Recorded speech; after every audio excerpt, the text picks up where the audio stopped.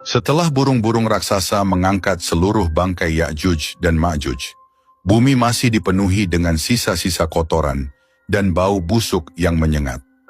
Kehancuran yang mereka timbulkan meninggalkan bekas yang mendalam, tidak hanya dalam bentuk fisik, tetapi juga dalam jiwa umat manusia yang selamat. Mereka masih bisa merasakan jejak kengerian dari hari-hari panjang ketika Ya'juj dan Ma'juj merajalela.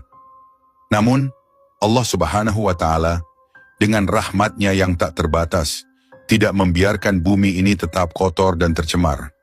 Tak lama setelah burung-burung raksasa pergi, langit yang kelam mulai memancarkan kilatan cahaya.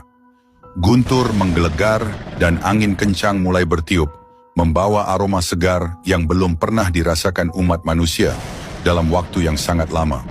Hujan pun turun, bukan hujan biasa, melainkan hujan deras yang tak tertahankan. Butir-butir air yang turun dari langit begitu deras dan bersih, membersihkan setiap sudut bumi yang telah dihancurkan oleh Ya'juj dan Ma'juj.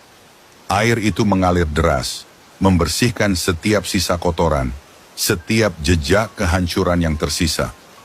Bumi yang tadinya kotor dan penuh dengan bau busuk, kini mulai bersih kembali. Setiap lembah, setiap gunung, dan setiap dataran yang dipenuhi bangkai dan kotoran, kini dibasuh oleh hujan yang dikirim oleh Allah Subhanahu wa Ta'ala. Hujan ini berlangsung selama beberapa hari, tak pernah berhenti. Umat Islam yang sebelumnya terkurung di puncak gunung karena ketakutan, kini bisa merasakan kedamaian. Mereka turun dari gunung dengan penuh rasa syukur, menyaksikan bumi yang kembali bersih. Tidak ada jejak dari Ya'juj dan Ma'juj yang tersisa. Bumi ini seolah-olah baru saja diciptakan kembali, segar dan murni, seperti ketika pertama kali Allah Subhanahu wa Ta'ala menurunkannya untuk manusia. Setelah bencana besar ini berakhir, umat Islam kembali ke dataran dengan perasaan lega dan syukur. Mereka menyadari bahwa mereka telah melalui salah satu ujian terberat dalam sejarah umat manusia. Ketika Ya'juj dan Ma'juj telah dihancurkan dan bumi dibersihkan, Nabi Isa alaihissalam dan Imam Mahdi memimpin umat untuk memulai kembali kehidupan baru. Mereka membangun kembali desa-desa dan kota-kota yang telah dihancurkan, menanami kembali tanah yang gersang, dan mendirikan kembali rumah-rumah yang roboh.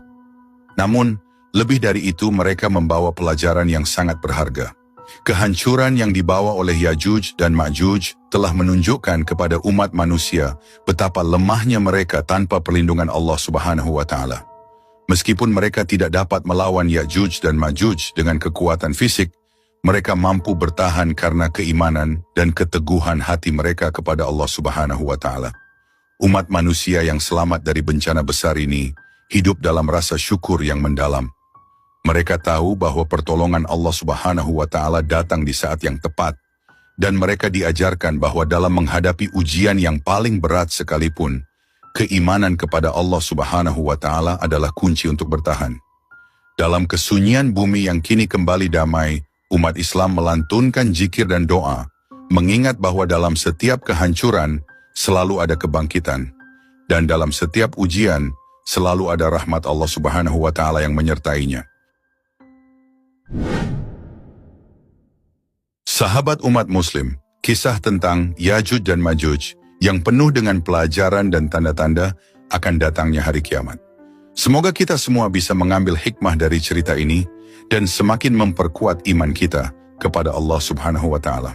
Jangan lupa, kita sebagai umat muslim harus selalu siap dengan bekal iman, ilmu, dan amal saleh agar terhindar dari fitnah dan ujian yang berat di akhir zaman.